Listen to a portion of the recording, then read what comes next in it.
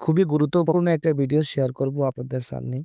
আপনাদের মোবাইলে কিন্তু ওরকম আছে যে এরকমভাবে যদি আপনারা টান দেন তাহলে এখানে দেখবেন আপনাদের মোবাইলের স্ক্রিনে খারাপ নোটিফিকেশন গুলা চলে আসে। তো এইভাবে এগুলা কিভাবে বন্ধ করবেন খুব সহজভাবে আমি আপনাদেরকে দেখিয়ে দিব। আমার মোবাইলের স্ক্রিনটাকে লক্ষ্য করলে খুব সহজভাবে তো ভিউয়ার্স, আপনি কি করবেন আপনার মোবাইলের যে ক্রোম ব্রাউজারটা আছে এটাতে চলে আসবেন। আসার পরে দেখেন উপরে 3 ডট নামে একটা অপশন আছে, এখানে দেখেন 3 ডট, এটাতে একটা ক্লিক করে দিবেন। তারপরে নিচে দেখেন সেটিংস নামে একটা অপশন আছে, এটাতে একটা ক্লিক করবেন। তারপরে নিচের দিকে একটু চলে আসবেন, আসার পরে দেখেন এখানে নোটিফিকেশন নামে একটা অপশন আছে, এটাতে একটা টাচ করে দিবেন।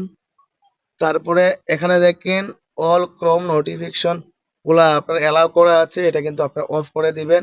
বাস আপনার সম্পূর্ণ কাজ শেষ।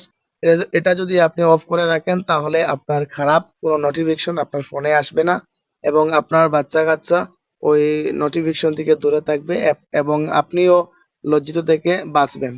তো ভিউয়ার্স, যদি ভিডিওটা ভালো লাগে তাহলে অবশ্যই লাইক অ্যান্ড একটা সাবস্ক্রাইব করে দিবেন আমার চ্যানেলটাকে। আর ভিডিওটা কন্টিনিউ করার জন্য অসংখ্য ধন্যবাদ।